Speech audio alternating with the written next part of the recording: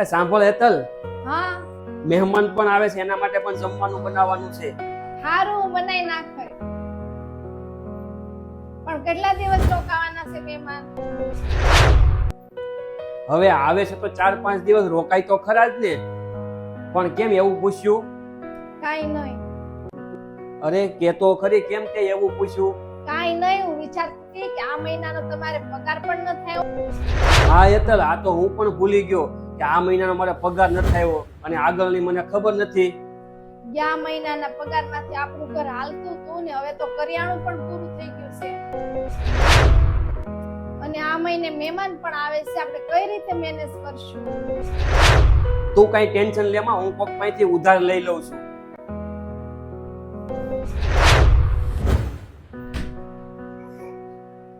શું કરશું હવે?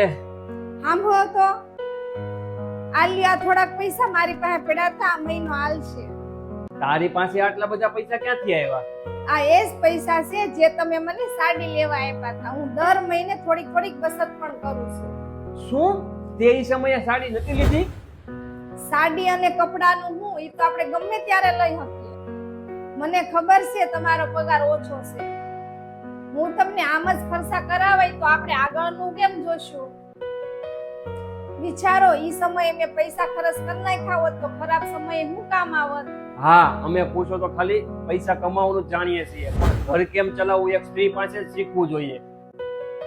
થેન્ક યુ હેતલ, આ મારા મકાનને ઘર બનાવવા માટે. આલિયા, પૈસા મહેમાન તો આપણા માટે ભગવાન કહેવાય.